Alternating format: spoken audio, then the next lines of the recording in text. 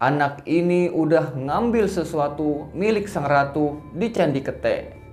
Kalau dia mau sadar, sekarang juga kembalikan barang itu.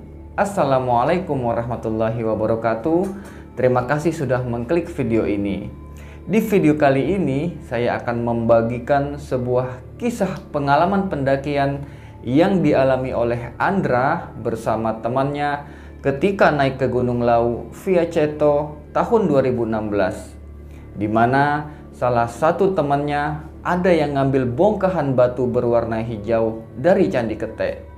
Memang batunya cakep dan unik, tapi akibat dari ngambil batu itu, dia nyaris nggak pulang karena ditahan oleh makhluk penghuni tempat itu. Penasaran dengan kisahnya? Tanpa berlama-lama, langsung saja kita masuk ke videonya.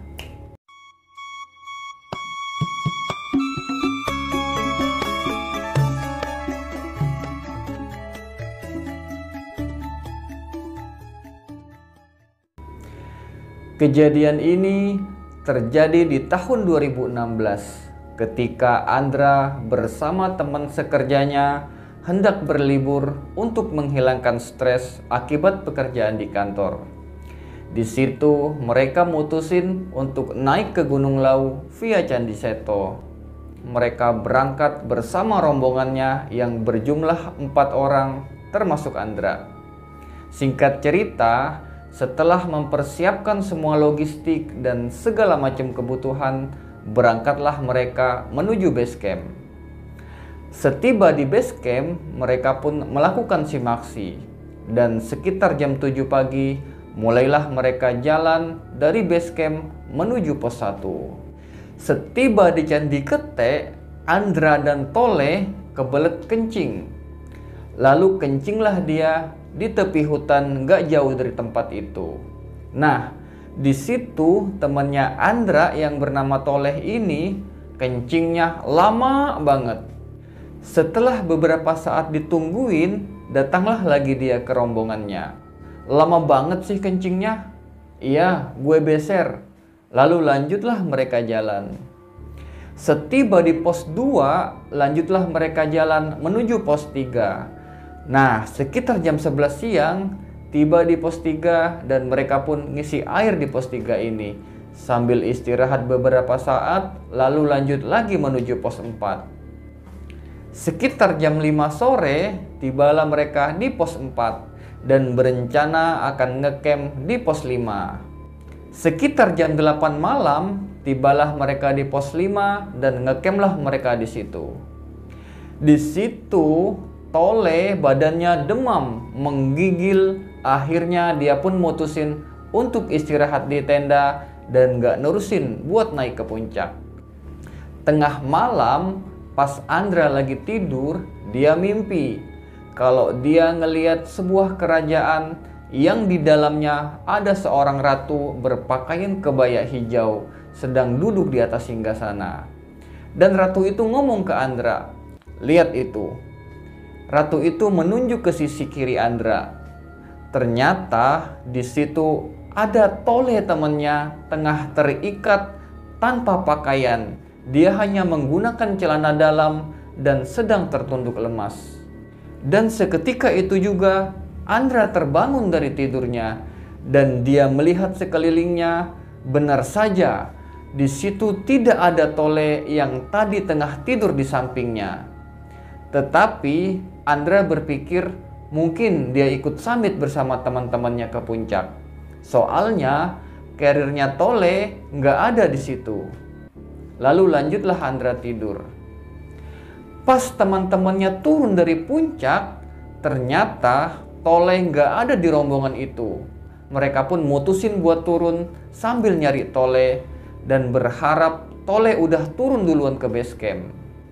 Akhirnya pos demi pos pun mereka lalui sambil memperhatikan sekeliling. Barangkali Tole ada di sepanjang trek. Tapi sampai tiba di pos 2 pun mereka juga nggak nemuin Tole. Nah, setiba di Candi Kete, mereka melihat Tole tengah terbaring di samping karirnya. Ternyata dia pingsan dan gak sadarkan diri di situ.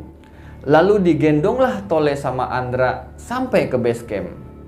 Setiba di base camp, dipanggillah sama orang base camp Ustadz buat nyadarin Tole.